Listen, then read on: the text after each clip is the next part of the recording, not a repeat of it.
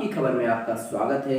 और यदि आपने अभी तक हमारा चैनल सब्सक्राइब नहीं किया है तो सब्सक्राइब जरूर कर लें, साथ ही बेल आइकन पर क्लिक कर लें ताकि हमारे द्वारा दी गई प्रत्येक लेटेस्ट ताज़ा न्यूज़ आपको स्क्रीन पर नोटिफिकेशन के रूप में प्राप्त हो जाए। प्लीज प्रारंभ करते हैं आज के मुख्य समाचार।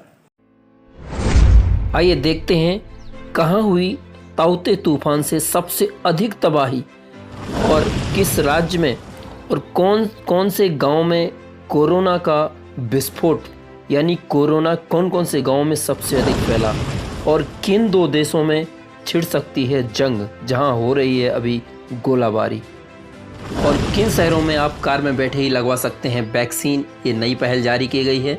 खबरें विस्तार से।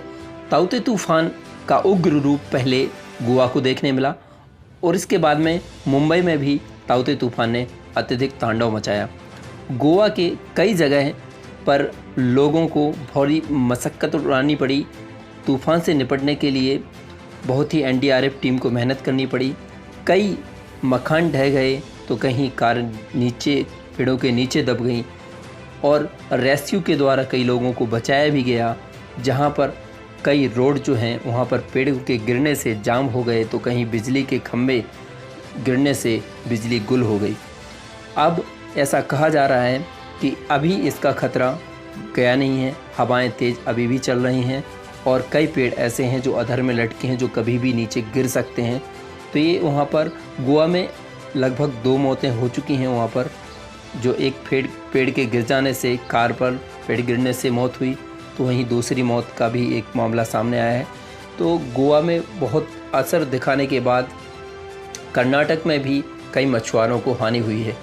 कई मछुआरों की जो नाव हैं वो जमींदोज़ हो गई, तो वहीं कई मकान ढह गए। लगभग 70 से 75 मकान बताए जा रहे हैं कि यहाँ पर बिल्कुल जमींदोज़ हो गए हैं और रास्ताएं जाम हो चुकी हैं।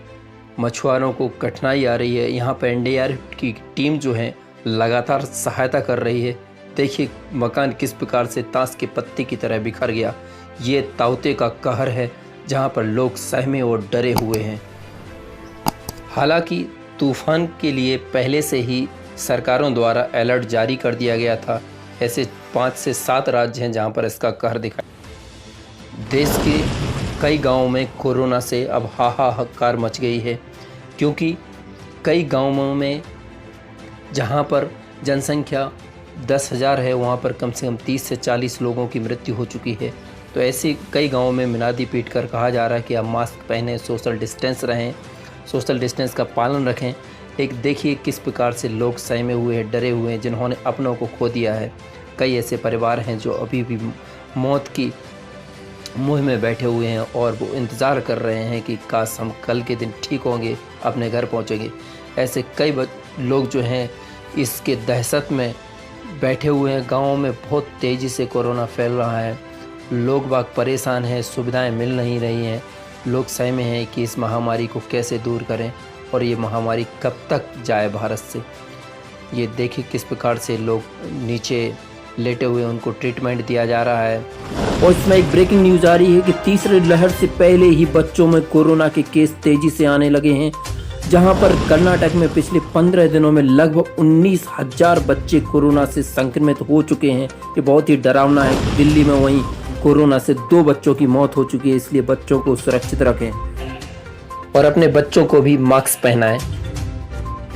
और अगली खबर यूपी के नोएडा से है, जहां पर लोग बागों को उनकी कार में ही वैक्सीनेशन का कार्य किया जा रहा है।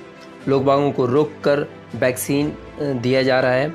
जहां पर ऐसे कई शहरों से ऐसी खबर आ रही थी कि जहां पर टीमों जाकर वहां पर वाहनों को रोक कर उन्हें टीका लगा रही थी। तो ऐसी पहल अब जो नोएडा से भी सामने आ रही है तस्वीर, जहां पर लोग बाग रुक कर अपना टीका लगवा रहे हैं। अपनी गाड़ी में यानी कार में बैठकर ही टीका लगवा रहे हैं।